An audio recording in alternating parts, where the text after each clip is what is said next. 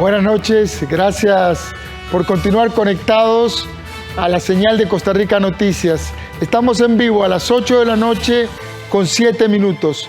Soy Ernesto Rivera. En mayo del año pasado, un niño de 5 años murió por hemorragia intestinal.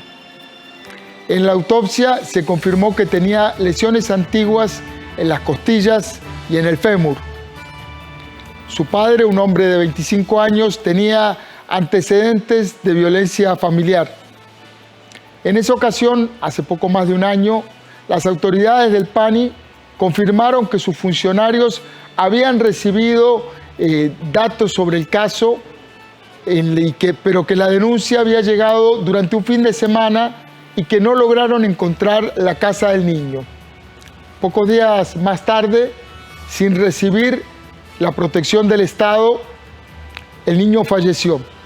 Sus padres son investigados ahora por homicidio. Tiempo después de ese episodio lamentable, la ministra de la Niñez tuvo que renunciar. Hace pocos días, el PANI anunció que ya tiene un programa para atender estos casos durante todos los días del año y en todas las zonas del país.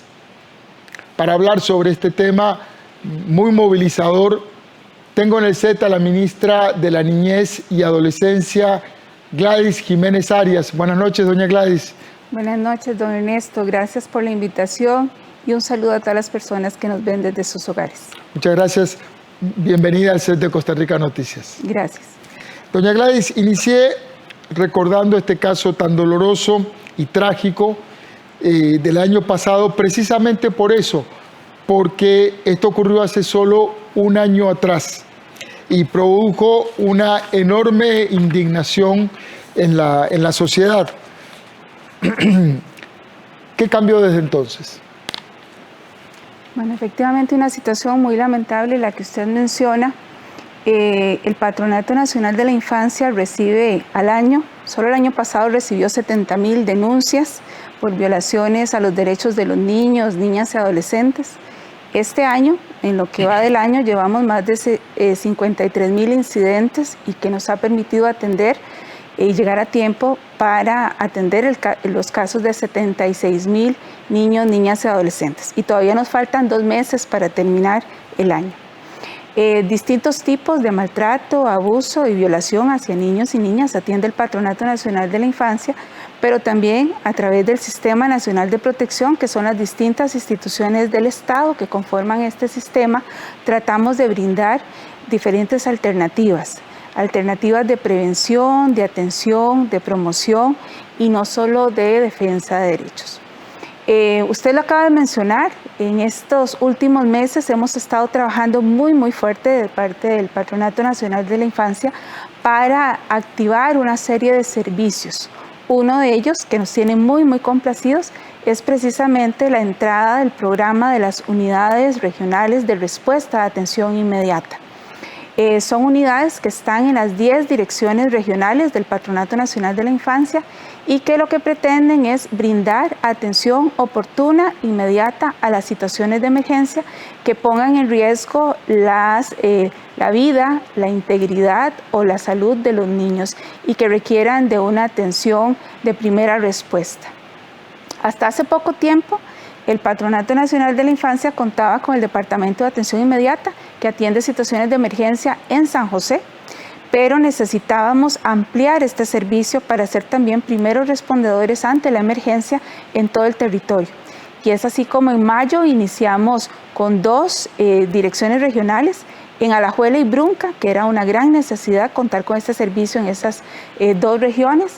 Luego en junio abrimos otras 2 en Huetar Caribe y en Cartago, y ya para el mes de agosto iniciamos la apertura de Chorotega y de Huetar Norte, y recientemente la semana pasada estuvimos abriendo las últimas 2 para ya finalizar con el servicio en todo el territorio nacional, que son en Punta Arenas y en Heredia. Gladys, el año pasado, además de la renuncia de su predecesora, se iniciaron una serie de procesos e investigaciones sobre la actuación de funcionarios. ¿Cuánto avanzaron esos procesos y en qué etapa están? Bueno, cada proceso tiene su tiempo. Algunos estaban en investigación preliminar, luego pasaron a un procedimiento disciplinario. Algunos de los procesos que se habilitan en el patronato se van resolviendo conforme pasa el tiempo prudencial para resolverlos, y durante estos meses pues le puedo decir que he resuelto varios procesos disciplinarios en contra de funcionarios y funcionarias. ¿En qué términos se han resuelto? ¿Hubo despidos, hubo suspensión? No, sí. Detállame en la medida que su memoria se lo permita. Depende de los casos. Hay algunos que han terminado con suspensiones, en algunos casos han sido despidos. Puedo hablar de unos 4 o 5 despidos durante estos últimos meses, pero siempre se hace la valoración del caso concreto y la situación que se estuvo dando. El tema tiene que ver con que realmente la imagen del PANI el año pasado y en años anteriores estaba muy mal. Se veía una indolencia en la atención de los casos.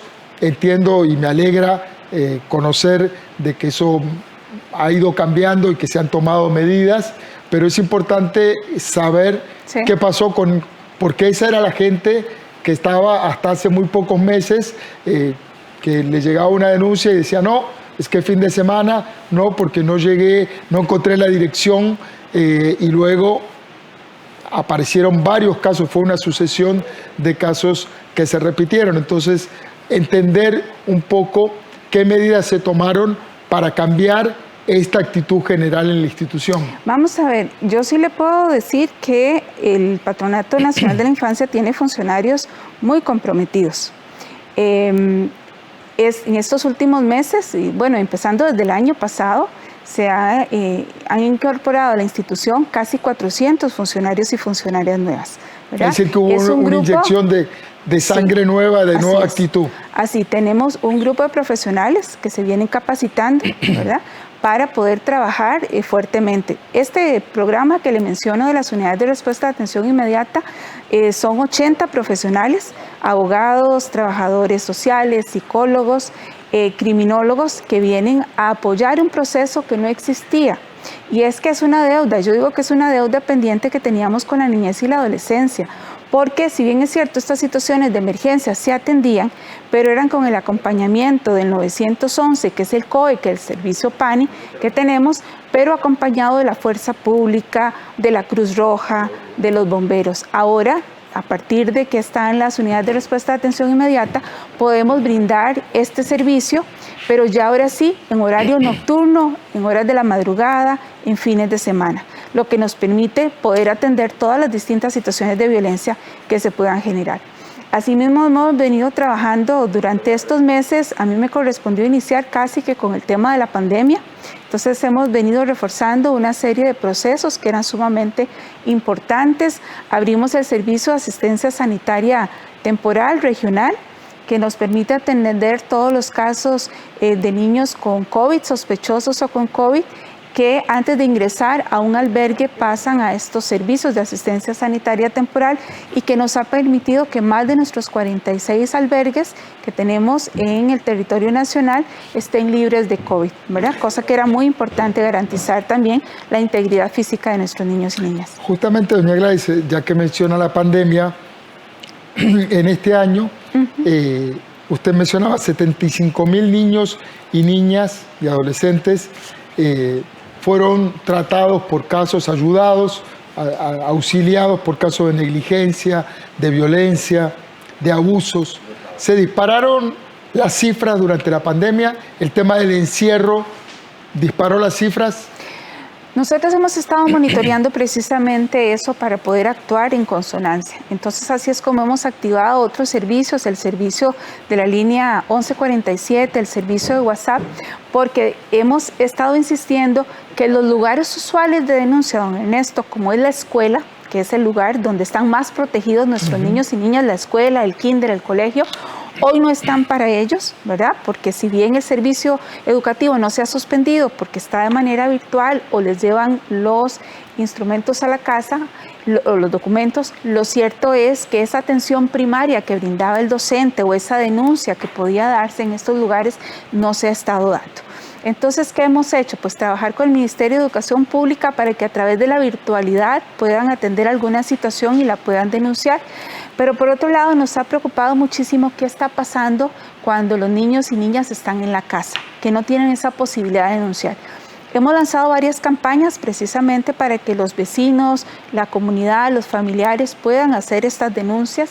El mismo Hospital Nacional de Niños ha estado reportando incremento de algunas situaciones de negligencia, que yo no le llamo accidentes, sino que le llamo situaciones de negligencia que se dan en el hogar y que tienen que ver con, por ejemplo, intoxicaciones, que tienen que ver con abuso sexual, que se ha estado incrementando, negligencia en la salud. Por ejemplo, nosotros el año pasado solo en negligencia en salud tuvimos más de 9.000 denuncias y en lo que va del año llevamos más de 11.000 denuncias en negligencia en salud.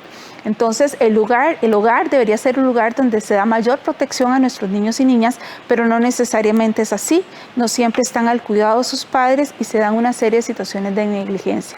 Esta situación pues nos pone todavía con mayor sintonía de trabajo con otras organizaciones, con otras instituciones para que nos puedan derivar esas situaciones de emergencia y el llamado insistente que hemos hecho a denunciar. Hemos activado, como le mencionaba, varios mecanismos de denuncia, pero lo cierto es que sí se han incrementado las situaciones de violencia, de maltrato y de abuso ahora en el hogar. Vamos a hacer una breve pausa y al volver me gustaría que analizáramos un poco esta situación. Los hogares no deberían ser un lugar peligroso para nuestros niños. Así es. Pero sí lo son. Sí, señor. ¿Me ayuda a entender por qué? A la vuelta del corte. Gracias. Gracias.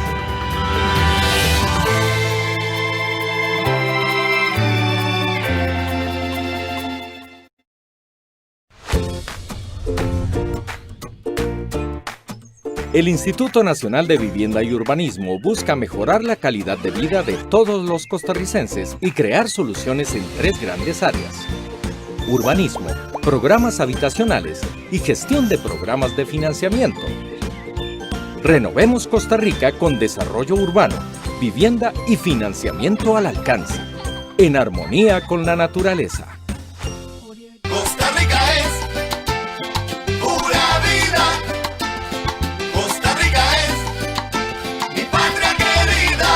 Aunque a veces no entendamos algunos temas legales, hay que buscar la información adecuada.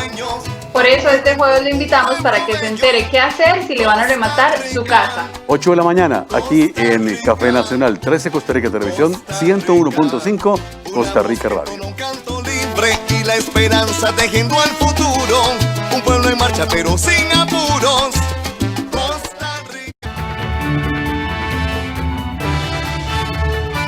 Estamos de regreso conversando con la ministra de la Niñez, doña Gladys Jiménez Arias. Hablábamos de que el hogar, las casas, las viviendas deberían ser el lugar más seguro para los niños de nuestro país, vivir con sus padres, con sus familiares, con el entorno querido. Y sin embargo, no es así. Ahora que las clases no están presenciales, están metidos en las casas y han perdido unos aliados importantes que tenían, que eran la escuela, que alertaban sobre los casos de violencia. ¿Por qué los hogares se han vuelto tan inseguros y son un lugar de violencia para los niños? Los padres y las madres tienen una responsabilidad en el ejercicio de su autoridad parental de proteger y garantizar una serie de derechos a sus hijos e hijas. Y por supuesto que lo hacen con mucho cariño y con mucha devoción la gran mayoría de los padres. Pero lo cierto es que muchos de ellos no están en las casas. Muchos tienen que ir a trabajar, muchos tienen que ir a hacer otras cosas fuera del hogar. Y entonces los niños pueden quedar al cuidado de otras personas, de otros cuidadores, o pueden quedar al cuidado, cosa que no es correcta, de otras personas menores de edad o de otros familiares. Precisamente cuando los padres están ocupados en otras ocupaciones del hogar, nos hemos dado cuenta que se dan muchas situaciones de negligencia.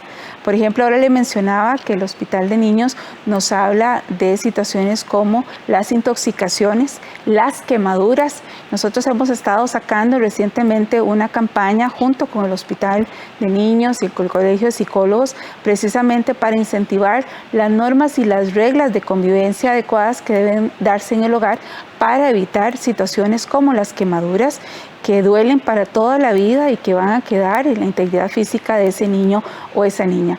También situaciones de abuso sexual que se han estado dando, y otra cosa que también nosotros recibimos muchísimo y son las situaciones de violencia intrafamiliar. Solamente en lo que va de este año puedo mencionarle que en conflictos familiares nosotros hemos atendido más de 12,000 casos donde hay niños y niñas que están involucrados que en el medio conflictos. que en el medio del conflicto terminan pagando los niños. Así es, y entonces hay que hacer la intervención.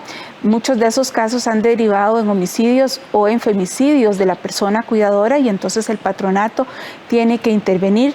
Pero es curioso que una de las principales razones es la negligencia en la salud, ¿verdad?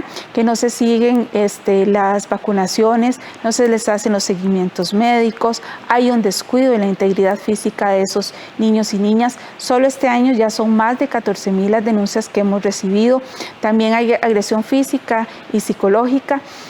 Don Ernesto, tengo que decirle que a pesar de que nosotros tenemos una ley que penaliza el castigo físico, ¿verdad?, hacia los niños y las niñas, hoy más de 5 de cada 10 de nuestros niños han recibido al menos una manifestación de castigo físico. Y los padres y las madres, cuando uno pregunta o se hacen las encuestas, la última que se hizo en el 2018, casi el 47% ven el castigo físico o la forma de abuso psicológico o verbal como una forma de disciplinar a los niños y las niñas. Ahí va, doña Gladys. Es impresionante porque 47%. Así es. Estamos hablando de casi la mitad de las personas que tienen el cuidado de los niños entienden o justifican la violencia o alguna forma de violencia como un método válido para disciplinar. Tenemos una cultura que está haciendo ruido por algún lado y mucho. Así es. Yo creo que esta es una normalización de la violencia que como sociedad tenemos que erradicar. Y precisamente las instituciones del Estado, las que conforman el Consejo Nacional de Niñez y la Adolescencia, tenemos un trabajo fundamental para prevenir estas situaciones de violencia. Y una de esas formas es precisamente educar, acompañar y prevenir. Y desmitificar esa forma de normalizar una situación de violencia, que se materializa y la podemos ver cuando se dan también las relaciones impropias. Hoy todavía en muchas regiones se justifica que adolescentes, niñas tengan relaciones con personas adultas y esas son relaciones abusivas. Definámosla porque es parte de toda una cultura muy vieja y muy fea que está muy instalada. Además, ¿qué es una relación impropia? Es una relación abusiva de poder donde hay una persona adulta que tiene una relación de convivencia con una persona menor de edad. Y generalmente los datos nos dicen que la mayoría de ellas son mujeres, son adolescentes y son niñas. Y en muchos de los casos, bueno, esto es un delito ya, penado así por la ley. Lo que pasa es que muchas de nuestras regiones todavía ven esas relaciones normales.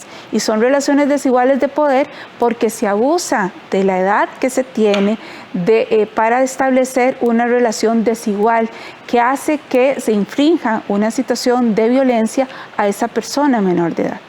Estas unidades de atención que han creado este año para dar protección en todo el país durante todo el tiempo, funcionan a la madrugada, funcionan los fines de semana. Cuénteme así muy brevemente porque ya se nos acabó el tiempo, pero... Sí, funcionan en horario diurno, vespertino y nocturno. Ellas están en todo el país, como le mencionaba, y entonces siempre tenemos un equipo de 3 o 4 profesionales que a través se recibe la llamada por el 911, se deriva al 911 PANI.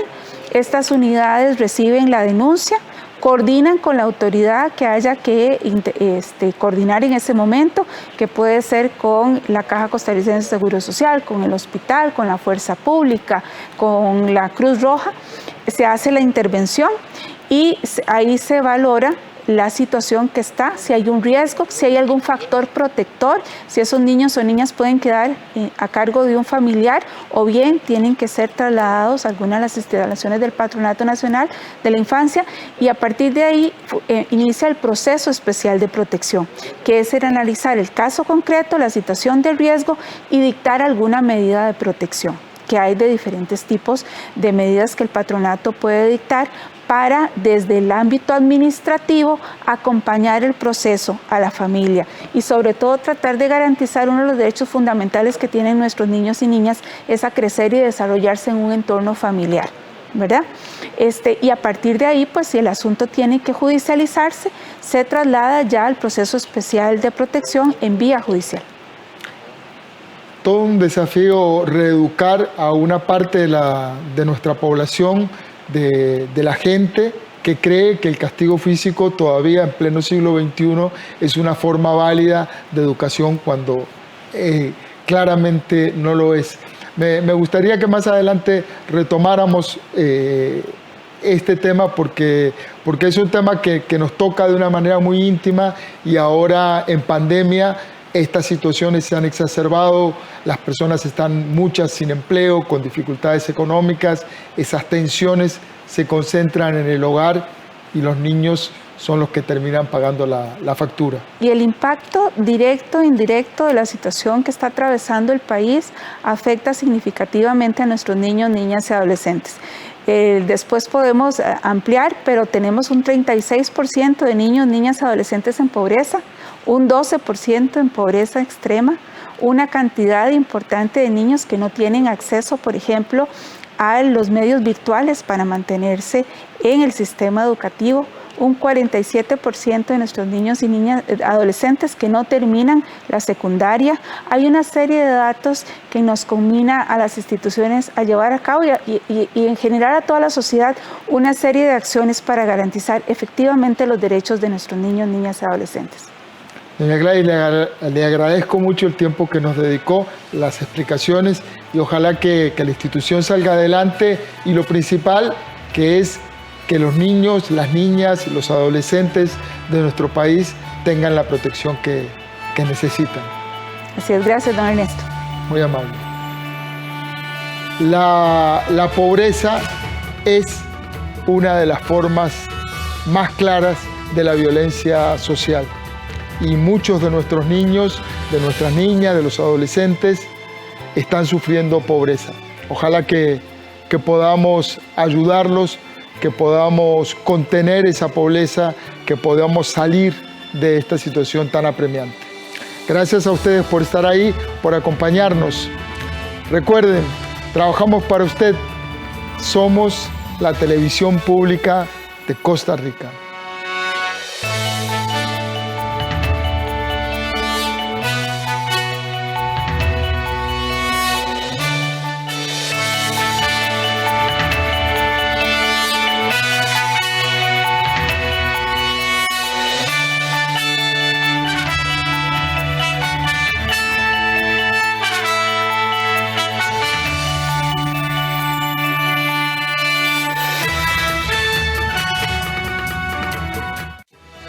INVU presentó Conversaciones con Ernesto Rivera.